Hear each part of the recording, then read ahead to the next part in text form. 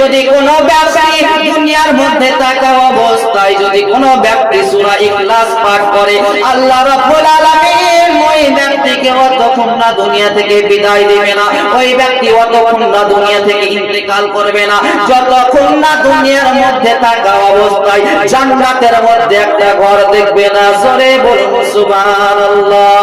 ও আমার আব্বা জানেরা, মা জননীরা, আমরা টাইমকে নষ্ট করে দিচ্ছি, আমরা ঘোরাফেরা করে টাইমকে শেষ করে দিচ্ছি, আমরা অন্যজনকে গালিগালাজ করছি, কিন্তু আমাদের একটু তৌফিক হয় না যে আমরা কোরআনুল মাজিদ একটু পড়ি, আমাদের তৌফিক হয় না যে আমাদের বাচ্চাদেরকে একটু কোরআনুল মাজিদ শিক্ষা দান করি।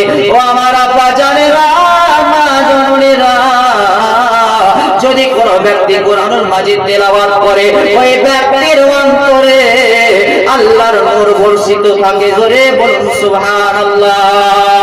এ আমার যুবক,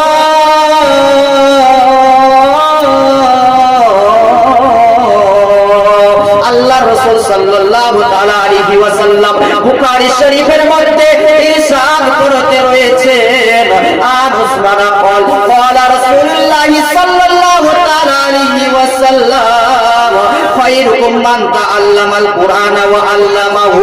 হযরতে উসমান রাদিয়াল্লাহু তাআলা আনহু হতে বর্ণিত, তিনি বর্ণনা করেন, তিনি riwayat করেন, আমার দয়াল নবী মুস্তাফা সাল্লাল্লাহু তাআলা আলাইহি ওয়াসাল্লাম বলতে রয়েছেন যে তোমাদের মধ্যে আসমান থেকে জমিনের উপরে তোমাদের মধ্যে ওই ব্যক্তি উত্তম, তোমাদের মধ্যে ওই ব্যক্তি সবচাইতে প্রিয় যে ব্যক্তি নিজে কোরআন শিখে এবং অপরকে শিক্ষা দান করে। জোরে বলুন সুবহানাল্লাহ।